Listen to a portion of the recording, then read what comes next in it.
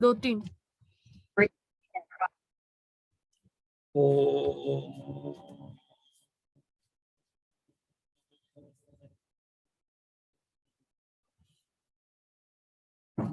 ओ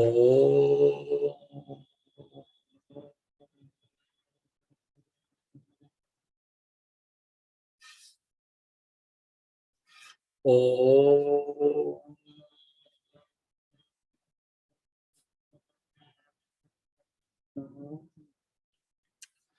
ओम सच्चिदानंद रूपाय विश्वोत्पत्त्यादिहेतवे तापत्रय विनाशाय श्रीकृष्णाय वयं नुमः।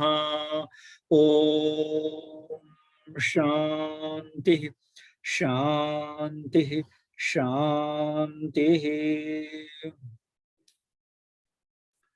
हम सब परम पवित्र परम महान श्रीमद् भगवद गीता जी के तृतीय अध्याय के श्लोक संख्या 6 से विमर्श विचार प्रारंभ करेंगे। इसके पूर्व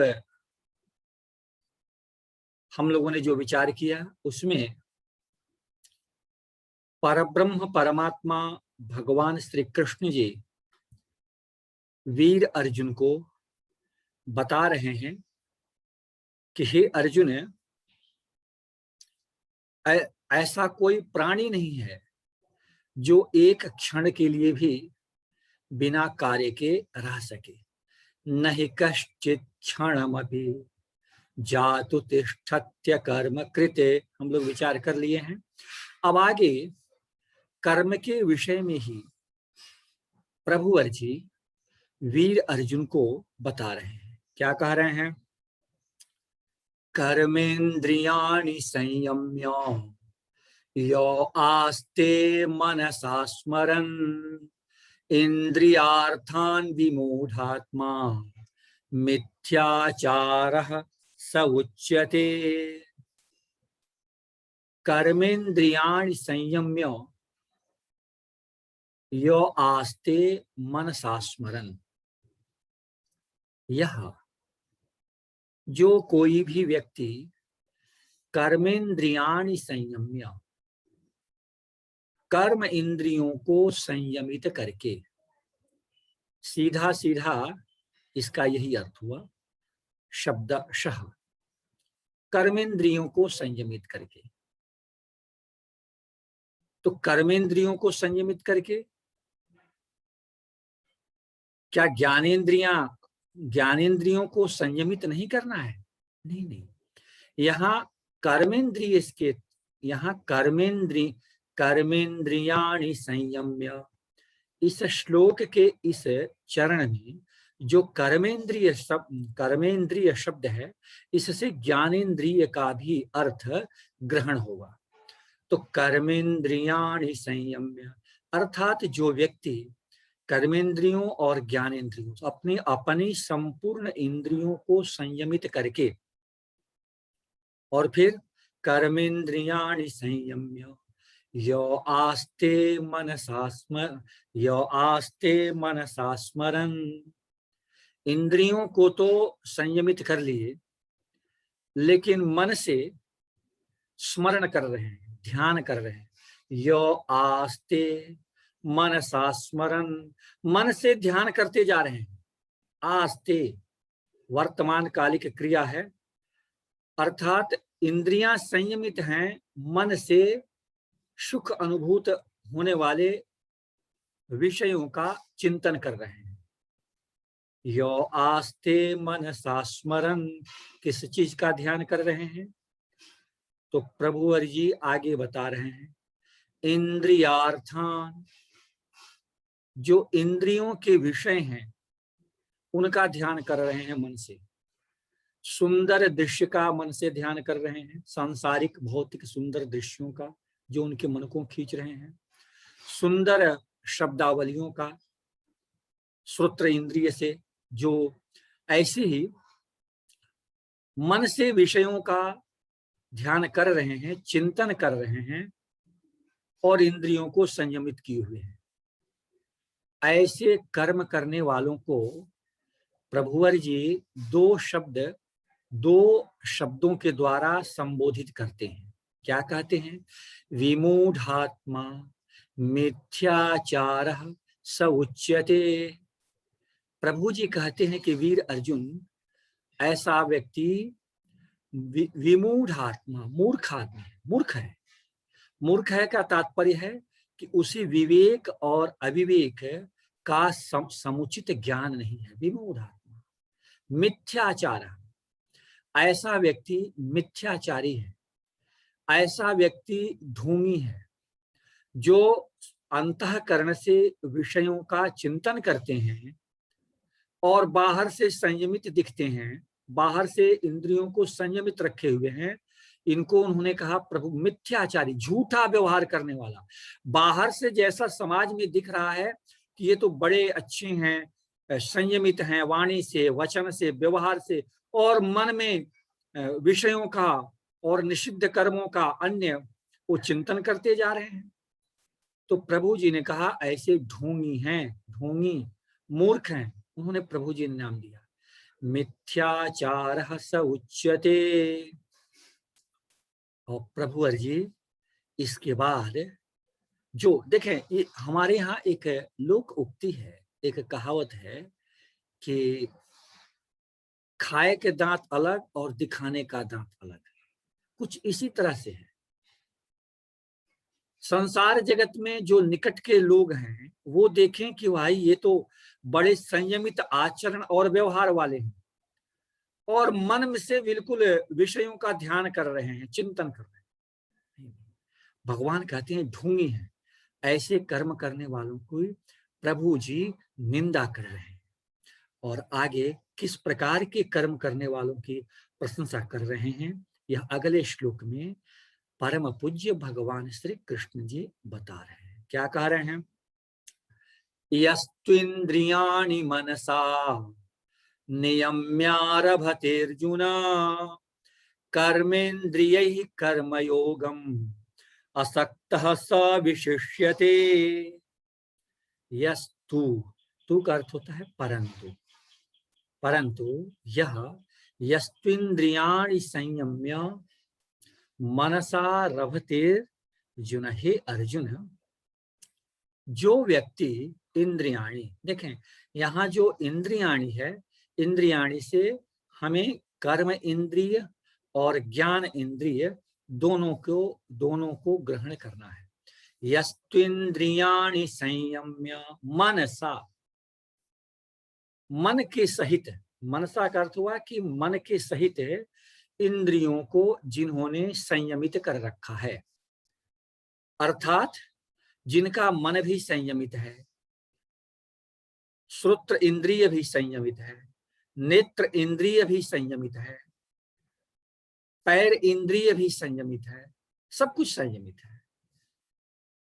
यस्त्विन्द्रियाणि संयम्य,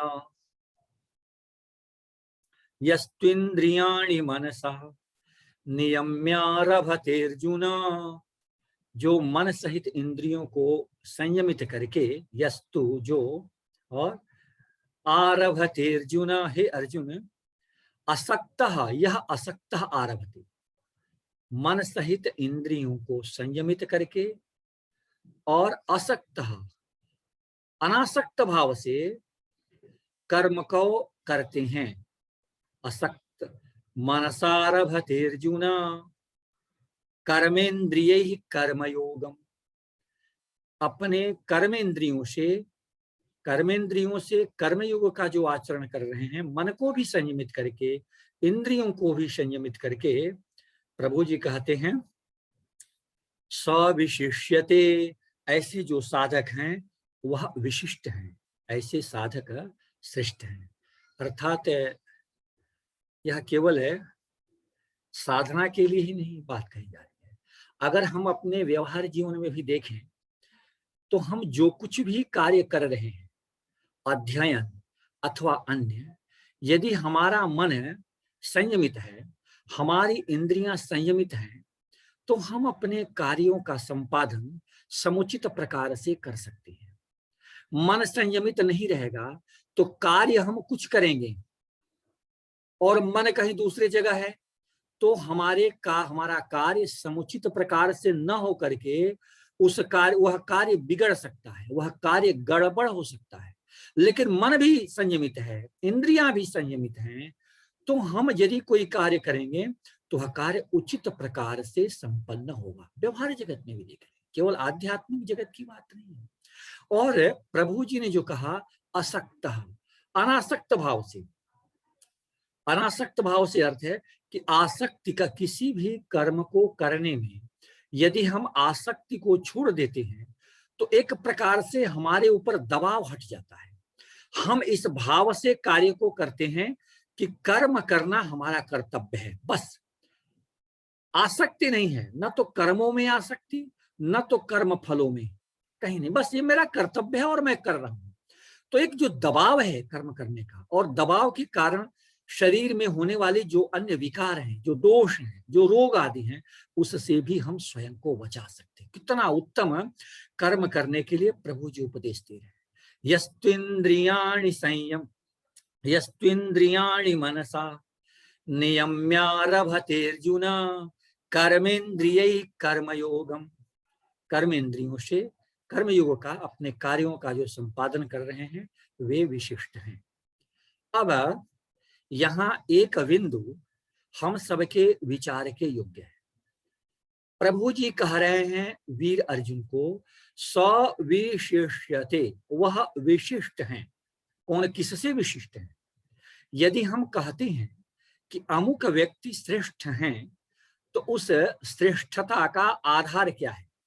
हम कैसे कह सकते हैं कि यह श्रेष्ठ है? श्रेष्ठता के प्रतिपादन में हमें तुलनात्मक रूप से कोई वस्तु, व्यक्ति, पदार्थ आदि को रखना, तो हम कैसे कहें कि श्रेष्ठ है? क्या सांख्य योग का आचरण करने वाले जो ज्ञानी हैं, पूजनीय ज्ञानी जन हैं, उनसे श्रेष्ठ हैं? अथवा जो मन से तो विषयों का चिंतन कर रहे हैं और इंद्रियों को संयमित रखे हुए हैं, उनसे श्रेष्ठ हैं? किनसे श्रेष्ठ हैं? एक प्रश्न उठता है।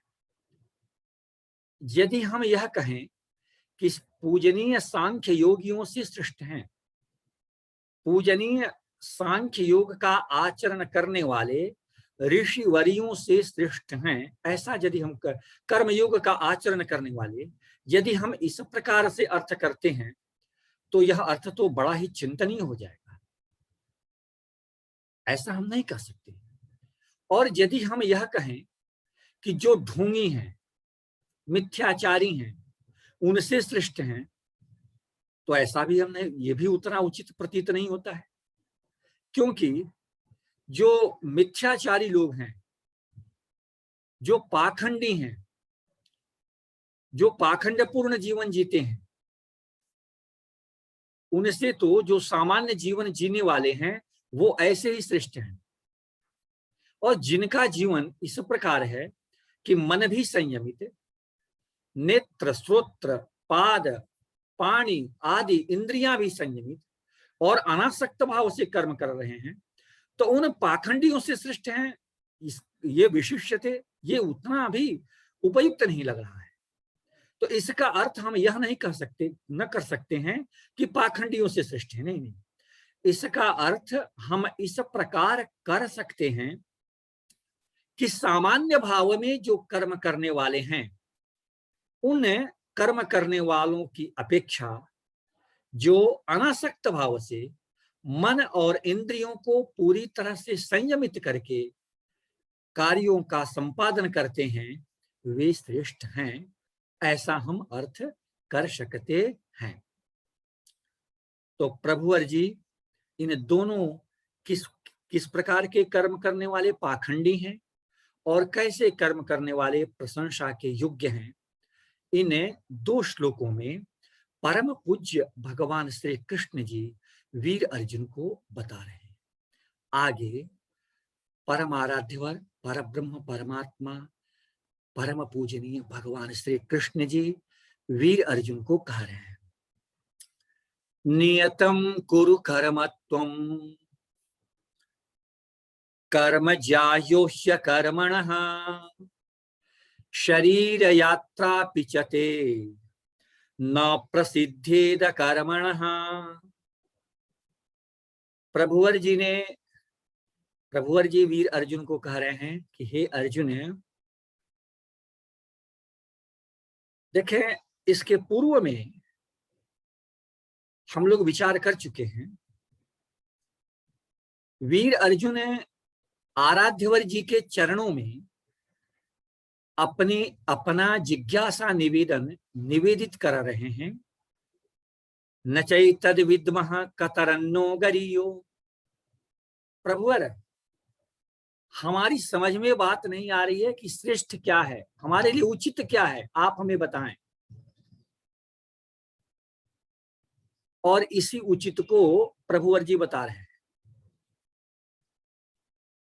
प्रभुवर जी ने दोनों प्रकार के कर्म करने वालों को बता दिया, ढोंगियों को भी, जो ढोंगी हैं, ढोंग कर रहे हैं, और जो सचमुच कर्म करने वाले हैं, दोनों को ही प्रभु जी ने बताया। अब प्रभु जी कह रहे हैं, नियतम कुरु कर्म त्वम। अर्जुन, तू नियत कर्म करो। अब नियत कर्म क्या है? हम लोग हिंदी भाषा में यह व्यवहार करते हैं। कभी कभी किन्हीं के प्रति हम कहते हैं, अरे इनकी नियत अच्छी नहीं है। तो नियत अच्छी नहीं है, वहां नियत शब्द का जो तात्पर्य है वह तात्पर्य यहां नियत शब्द का नहीं है।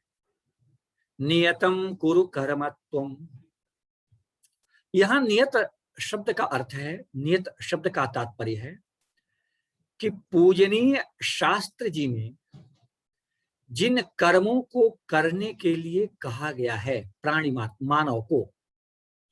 मानव को जिन कर्मों को करने के लिए कहा गया है, उन्हीं कर्मों के लिए यहां नियत शब्द का प्रयोग किया गया है। प्रभुवर जी नियत शब्द का प्रयोग कर रहे हैं। नियतम कुरु कर्म त्वम, बड़ा महत्वपूर्ण। देखिए, पूजनीय गीता जी का हर वर्ण, हर शब्द, हर श्लोक परम महिमावान है। जितना समझें उतना ही कम है, और वो समझ भी उन्हीं महान प्रभु की कृपा से ही समझ। नियतम कुरु कर्म त्वम, जो विहित कर्म है, जिन कर्मों को करने के लिए कहा गया है, उन कर्मों को तू कर अर्जुन। हमारे शास्त्र जी में विहित कर्म और निषिद्ध कर्म, ये दो मिलते हैं। निषिद्ध कर्म अर्थात ये कर्म, ऐसे कर्म तुझे, प्राणी को, मानव को नहीं करने चाहिए। विहित कर्म, नियत कर्म, ये कर्म मानव को करने चाहिए। नियतम कुरु कर्म त्वम, क्यों करने चाहिए? नियत कर्म विहित कर्म है, क्यों करें विहित कर्म? तो प्रभुवर जी आगे कह रहे हैं, क्या कह रहे हैं? कर्म ज्यायोह्य कर्मणः। वीर अर्जुन, कर्म न करने की अपेक्षा कर्म का करना यह उचित है, यह श्रेष्ठ है। देखिए, कर्म यदि हम विहित कर्म करते हैं, यदि हम विहित कर्म कर रहे हैं, शुभ कर्म कर रहे हैं, तो उन शुभ कर्मों के, विहित कर्मों के शुभ फल, विहित फल भगवान की बनाई हुई इस व्यवस्था में स्वाभाविक रूप में इस स्थूल शरीर को प्राप्त जीवन में भी मिलते हैं। और यदि इस जीवन में इस जीवात्मा को मुक्ति न मिल पाई, किसी कारणवश साधना में कमी रहने के कारण, तो इन विहित शुभ कर्मों के कारण प्रतिफल स्वरूप जीवात्मा को उच्च स्तर के जन्म की प्राप्ति होगी। उच्च स्तर से तात्पर्य है किन्हीं भगवत भक्त परिवार में जन्म होगा, और ऐसा संपर्क प्राप्त होगा ताकि उनकी साधना और भी आगे बढ़ सके, भगवान के स्वरूप को जानने समझने के लिए सक्षम हो सके। ऐसी स्थिति में, ऐसे कुल में, ऐसे परिवार में, ऐसे समाज में जन्म होगा। तो जो विहित कर्म है, जो शुभ कर्म है, वे सदैव फल ही देंगे, शुभ फल देंगे। इसलिए प्रभु जी कह रहे हैं कि कर्म न करने की अपेक्षा कर्म करना श्रेष्ठ है। और ऐसे तो हम लोगों ने विचार कर ही लिया है कि ऐसा संभव ही नहीं है कि कोई व्यक्ति कभी एक क्षण के लिए भी बिना कर्म किए रहे। इस पर हम लोगों ने विस्तार से विचार किया है पूर्व के श्लोकों में, इसलिए हम इसमें विस्तारित नहीं जाना चाह रहे हैं।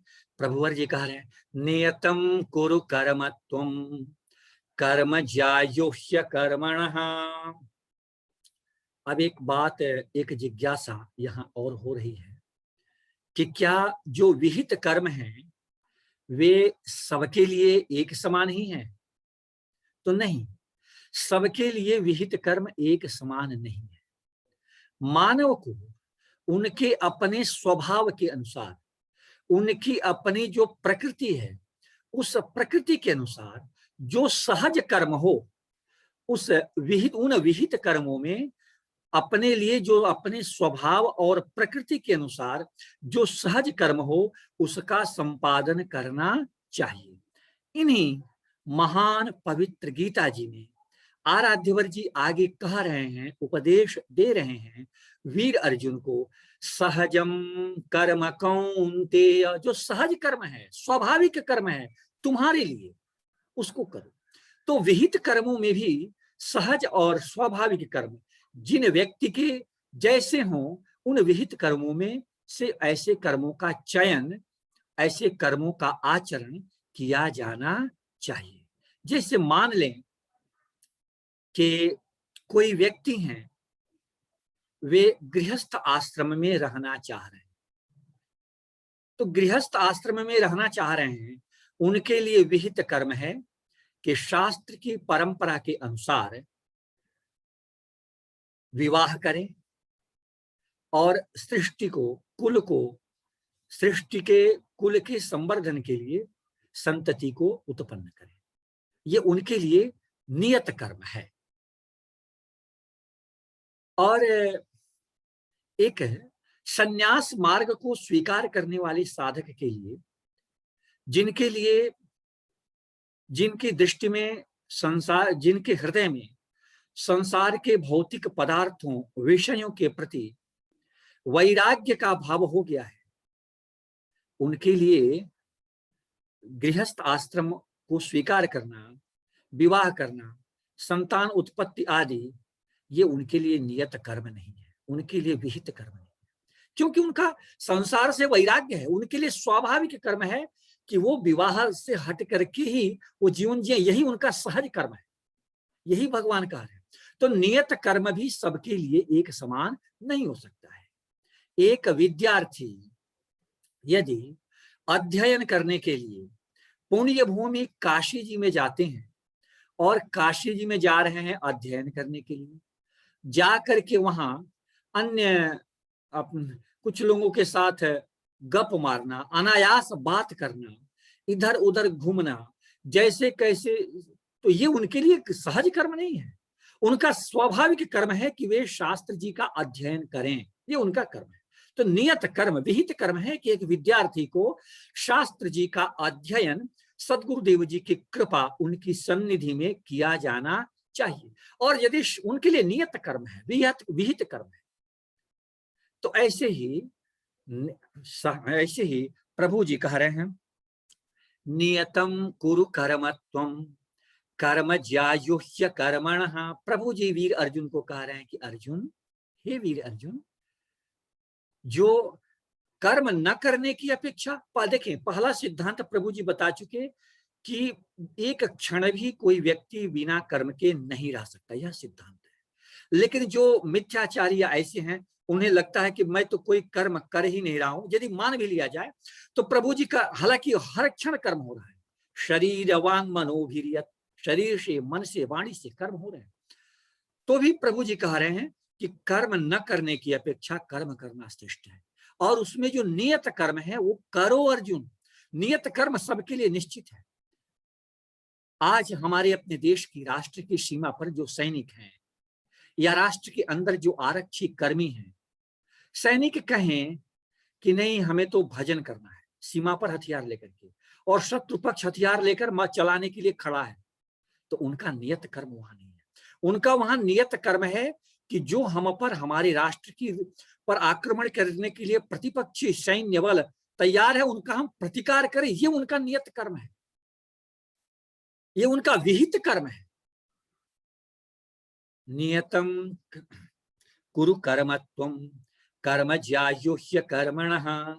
आगे प्रभुवर जी कह रहे हैं कि देखो, शरीर यात्रा पिचते न प्रसिद्धेद कर्मणः।